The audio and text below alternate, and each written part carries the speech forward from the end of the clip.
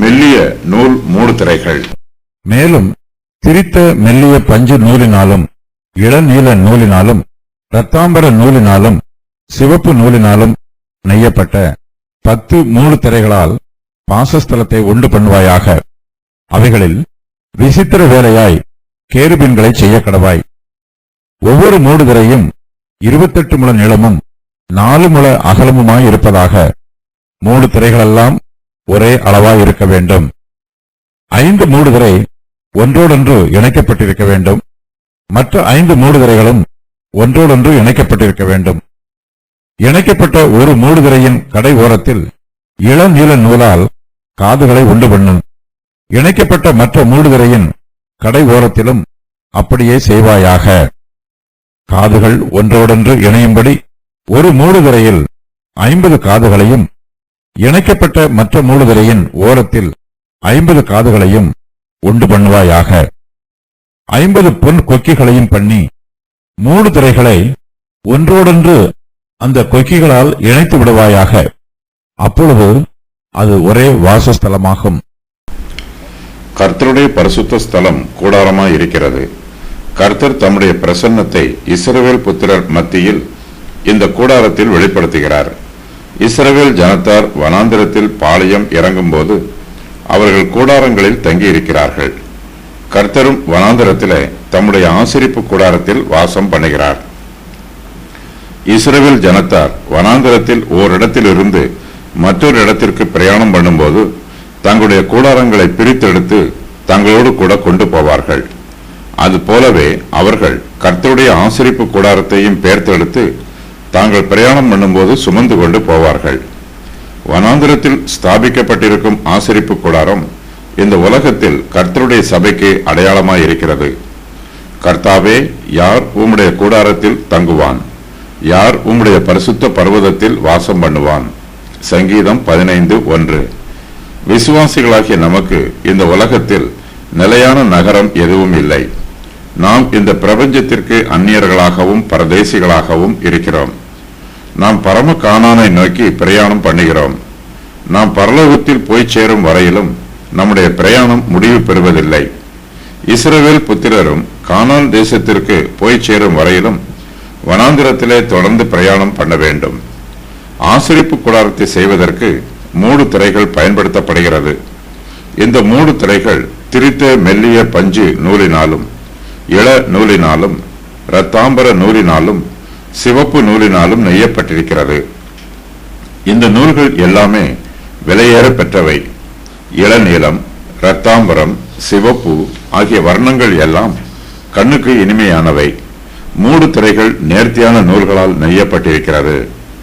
கர்த்தர் மோசேயை நோக்கி, மேலும் திரித்த மெல்லிய பஞ்சு நூலினாலும் இள நூலினாலும் இரத்தாம்பர நூலினாலும் சிவப்பு நூலினாலும் நெய்யப்பட்ட 10 மூடு திரைகளால் வாசஸ்தலத்தை உண்டு பண்ணுவாயாக. அவைகளில் விசித்திர வேலையாய் கேருபீன்களை செய்ய கடவாய் என்று சொல்லுகிறார். 10 மூடு திரைகளால் வாசஸ்தலத்தை உண்டு பண்ணுவாயாக என்று கர்த்தர் சொல்லுகிறார். 10 என்னும் எண்ணிற்கு விசேஷித்த அடையாளம் எதுவும் இல்லை. தீர்க்க தரிசனங்களிலும் 10 என்று கூறப்பட்டிருக்கிற எண் 10 என்னும் எண்ணை மட்டுமே குறிக்கும். மூடு திரைகள் திரித்த மெல்லிய பஞ்சு நூலால் நெய்யப்படுகிறது. ஆசரிப்பு கூடாரம், பலிகள், காணிக்கைகள், சடங்குகள் ஆகியவை வேதாகமத்தில் அடையாளங்களாக கூறப்பட்டிருக்கின்றன.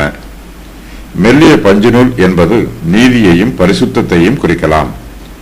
கேருபீன்கள் பரலோகத்தின் சிருஷ்டிகள். இவை தேவனுடைய பிரசன்னத்தில் வாசம் பண்ணுகிறது. இவற்றிற்கு சில கடமைகள் உண்டு. அவையாவன: தேவன் மனுஷனை ஏதேன் தோட்டத்திலிருந்து துரத்திவிட்டார். அதன் பின்பு ஜீவ விருட்சத்திற்கு போகும் வழியை காவல் செய்வதற்கு தேவன் கேருபீன்களை வைத்தார். கர்த்தர் கேருபீன்களின் மேல் ஏறி வேகமாக செல்லுகிறார். இவை தேவனுடைய சிங்காசனத்தை ஓரிடத்திலிருந்து மற்றொரு இடத்திற்கு தூக்கிச் செல்லும். கிருபாசனம் தேவனுடைய பிரசன்னத்தை குறிக்கிறது. பரலோகத்தில் கேருபீன்கள் தேவனுடைய பிரசன்னத்தில் வாசம் பண்ணுகிறது. ஆசரிப்பு கூடாரத்தில் விசித்திர வேலையாக கேருபீன்கள் செய்யப்பட்டிருப்பது தேவனுடைய பிரசன்னம் அங்கு இருப்பதை இஸ்ரவேல் ஜனத்தாருக்கு உறுதி பண்ணுகிறது. சாதாரண தூதர்களுக்கு கேருப் என்று பெயர்.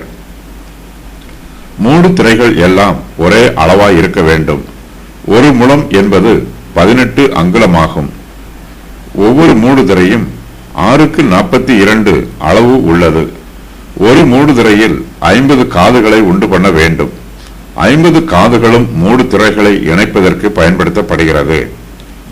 மூடு திரைகளில் கேருபீன்கள் விசித்திர வேலையாய் செய்யப்பட்டிருக்கிறது.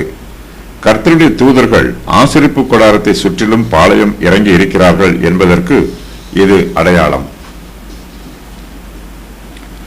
கர்த்தருடைய தூதன் அவருக்கு பயந்தவர்களை சூழ பாளையம் இறங்கி அவர்களை விடுவிக்கிறார். சங்கீதம் 34:7. ஒவ்வொரு மூடுதிரையும் 28 முழ நீளமும் 4 முழ அகலமும் இருப்பதாக. மூடு திரைகள் எல்லாம் ஒரே அளவாய் இருக்க வேண்டும் என்றும் 5 மூடுதிரை ஒன்றோடொன்று இணைக்கப்பட்டிருக்க வேண்டும். மற்ற 5 மூடு திரைகளும் ஒன்றோடொன்று இணைக்கப்பட்டிருக்க வேண்டும் என்றும் கர்த்தர் சொல்லுகிறார். மூடு திரைகளின் ஓரத்தில் காதுகள் உண்டு பண்ணப்பட வேண்டும். அந்த காதுகள் ஒன்றோடொன்று இணைந்திருக்க வேண்டும். இணைக்கப்பட்ட ஒரு மூடுதிரையின் கடை ஓரத்தில் இள நூலால் காதுகளை உண்டு பண்ணு என்றும், இணைக்கப்பட்ட மற்ற மூடுதிரையின் கடை ஓரத்திலும் அப்படியே செய்வாயாக என்றும், காதுகள் ஒன்றோடொன்று இணையும்படி ஒரு மூடுதிரையில் 50 காதுகளையும் இணைக்கப்பட்ட மற்ற மூடுதிரையின் ஓரத்தில் 50 காதுகளையும் உண்டு பண்ணுவாயாக என்றும் கர்த்தர் சொல்லுகிறார். ஆசரிப்பு கூடாரத்திற்கு 10 மூடு திரைகள் நெய்யப்படுகிறது.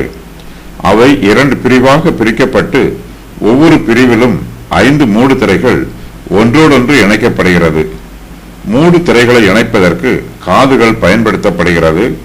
மொத்தம் 100 காதுகள் தேவைப்படுகிறது. ஒவ்வொரு மூடு திரையிலும் 50 காதுகள் வீதமாக உண்டு பண்ணப்படுகிறது.